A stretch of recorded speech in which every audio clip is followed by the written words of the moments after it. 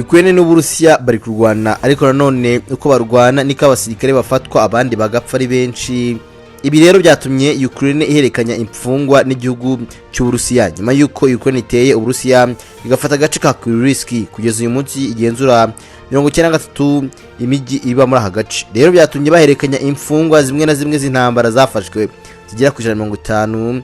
Bamwe baraherekanya abandi baherekanye, dore ko ino ntambara imaze gukara cyane no gufata umurego byinshi imaze gukomera cyane ku buryo usanga abasirikare benshi ba Ukraine barahagwa abo Burusiya. Nuko kugeza ubwo rero Burusiya haragugiye buvuga yuko bukeneye abasirikare cyangwa inkeragutabara, buri musore wese agomba kujya mu gisirikare. Bisa nk'ari ibintu bigora cyane, ino ntambara isa nk'aho yamaze gukaza umurego mu gihugu cy'Uburusiya. Rero byakaze kubera ko igihugu gishaka abasore kujya ku rugamba guhangana na Ukraine, ariko nanone muri Ukraine naho nuko kubera ko buri wese ufite imbaraga yafashe imbunda ajya kurwanira igihugu cye. Mbese ibihugu ino ntambara iri kugenda ifata intera kandi ikomera ku buryo abasirikare benshi ndetse n'abasore benshi bamaze kwagwa, kubera ko ngo nabibwiye perezida w'igihugu cya Ukraine ndetse na minisitiri w'intebe w'Ubuhinde bunamiye abana abajyanaho hashyingwa abasirikare benshi b'Uburusiya bagwa ino ntambara, ku buryo usanga abasirikare bagwa ino ntambara ari benshi kandi bose bashyingurwa ahantu hamwe. Haruzuye cyane ku buryo ushobora kwibaza ngo ubundi abasirikare bajya mu 20,000 bamaze kugwa muri ntambara ya Ukraine n'Uburusiya. Aho ni ku ruhande rwa Ukraine, ariko Uburusiya tuzi byabo kubera ko ntabwo byo bitangazwa ko bamenye abaguye muri ntambara bangana iki, ariko nabwira ko ari benshi. Abasirikare bwa muri rugamba ni benshi, kandi abenshi naba bafashwe ari abasore bakajya ku rugamba kubera ko rwanira igihugu cyabo. Rero reka turebe byinshi yuko baherekanyije imfungu uyu munsi nyinshi hagati ya Ukraine ndetse n'Uburusiya, turi uko byagenze, ndetse kandi turarebe byo kuvuga yuko mu Burusiya ari gufata abasore ufite imbaraga uva hanze y'igihugu wese akaba yaza kurwana mu gihugu cy'Uburusiya akamubwira igihugu ndetse n'amafaranga menshi. Aho sibyo waba wabyumvise. Reka tubwire ko mu kiganiro cyacu cy'uyu munsi tumenye ibyahare biri kuvugwa muri ntambara ya Ukraine ndetse n'Uburusiya. Rero kazi kacu kugezaho byinshi tutarumva bubishe bwa mbere, kandi amakuru abagezweho kandi mu ijuru risesuye ivuga neza. Rero ikaze turakora subscribe, yikore like, share ndetse na comment.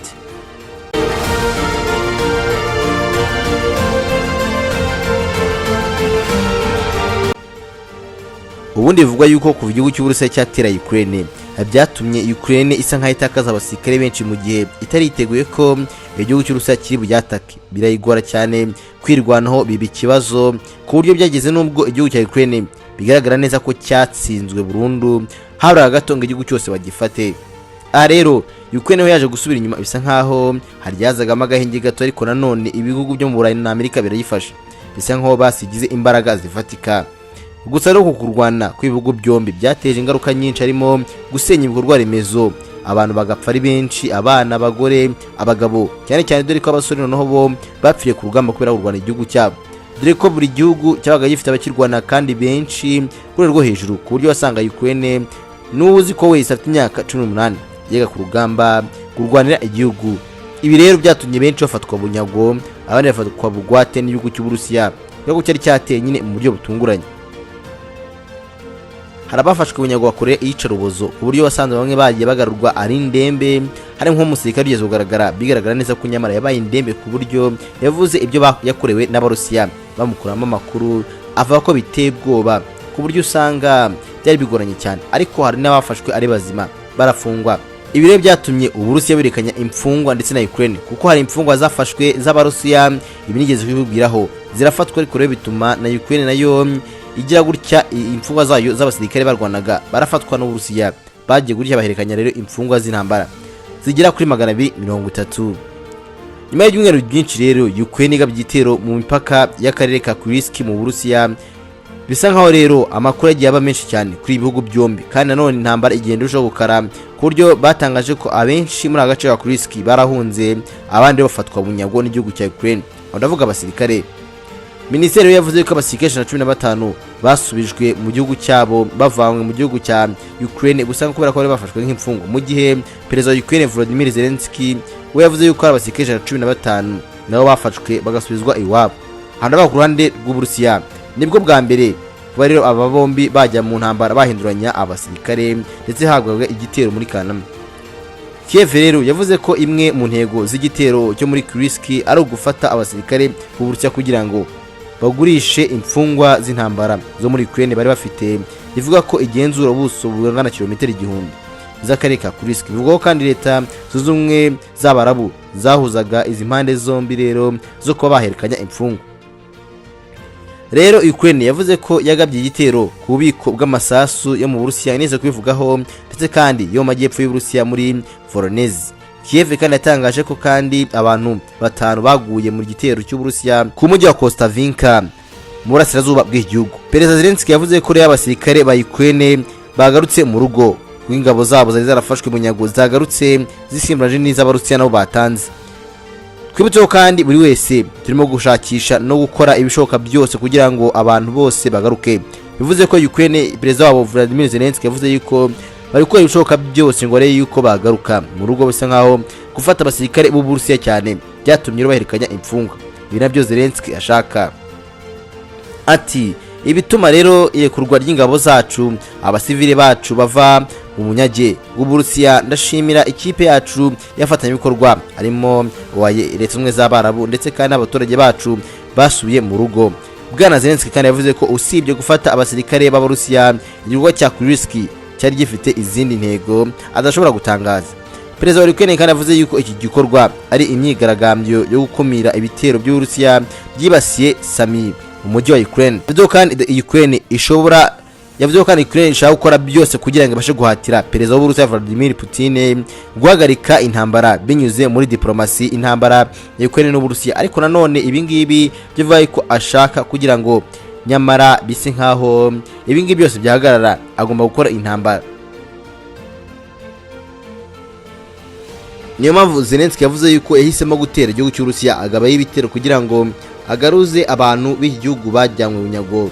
Kubera igihugu cy'Uburusiya igihe cyateraga ibitero muri Ukraine cyagifata abantu benshi, harimo abaturage cyasangaga aho ngaho ndetse n'abasirikare kikabatwara kugira ngo ubundi kigende kibashyire mu munyago, ubundi Ukraine bazasimburanye igihe yahize yafashe imfungwa zazo z'intambara, ndetse no kwisaba ibyo igomba kwemera mu gihe abantu bayo bafitwe. Muba mu bizinesi intambara yiri kuba nkuko byabaye kuri Israel n'amazi, abaturage ba Israel bafashwe bunyago, hakaba hari n'abandi ba Israel nabo rero Israel yafashe bunyago avuye kuri Hamas. Ibi rero byatumye herekanya imfungwa. Nabyo rero byabaye kuri igihugu cy'Uburusiya n'igihugu cya Ukraine. Hagiye Ukraine rero hari abasirikare bayo bafashwe ari benshi mu gihe Uburusiya bwateraga ibitero muri Ukraine, kubera ko byaje ari ibitero bitunguranye byatumye abasirikare benshi b'igihugu cya Ukraine bafatwa bunyago, kubera ko byari byitangira cyangwa byabatunguye. Ariko nanone nayo mu gihe yatangiye kwisuganya, yagabye ibitero bikomeye ku Burusiya muri Kursk, ifata abasirikare bayo, ndetse kandi ahubwiye ko hari naho yagabye igitero ku birindiro by'ingabo, hari amasasu, ibibunda biremereye ndetse kandi n'intwaro. Abasirikare bafatwa bunyago, 5 barapfa ndetse n'izo ntwaro irazitwara. Aha rero yafashe abasirikare benshi cyane, irababika maze ubundi yabafunga. Ariko uyu munsi igihugu cy'Uburusiya cyafashe umwanzuro ko bagomba kugusimburanya imfungwa hagati y'ibihugu byombi, hanyuma ubundi hakaza amahoro n'umutekano. Ariko nyamara Putin ni ukwera ko abaturage bamuzizeho igitutu, kubera yuko abaturage bamaze kuvogerwa mu gihugu.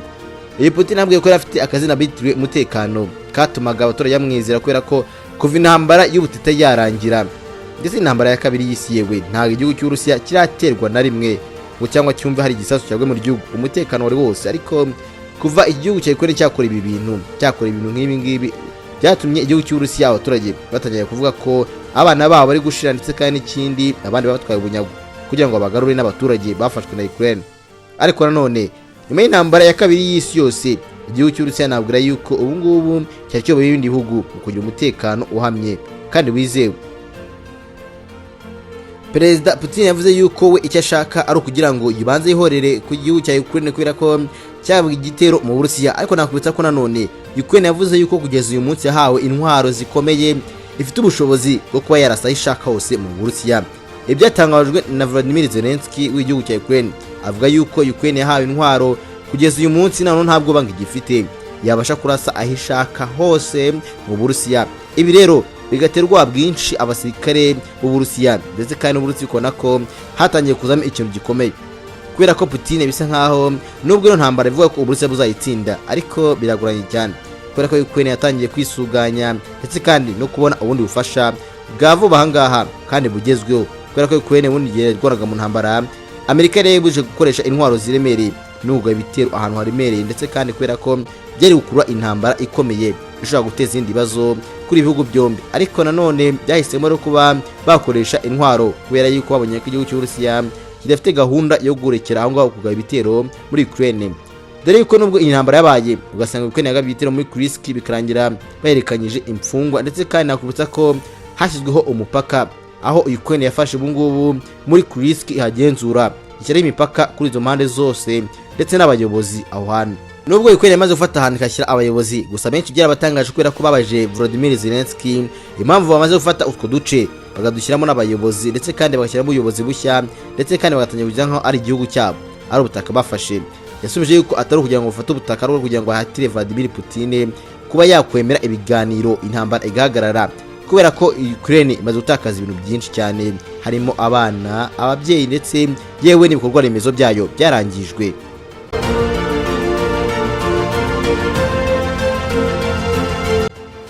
Si ukwangizwa gusa kw'ibikorwa remezo, kubera yuko ibikorwa remezo nubwo byangiritse ariko nanone yatakaje abantu benshi, cyane cyane abana baguye mu bitaro nibo babaje abantu benshi cyane, ndetse kandi byanatumye umuryango wayo byaguruka. Ariko nanone Uburusiya nabwo butakaza byinshi, nubwo intambara avuga ngo ntawe urwana n'udakoramo. Ibi rero bikomeje kuzana impaka nyinshi.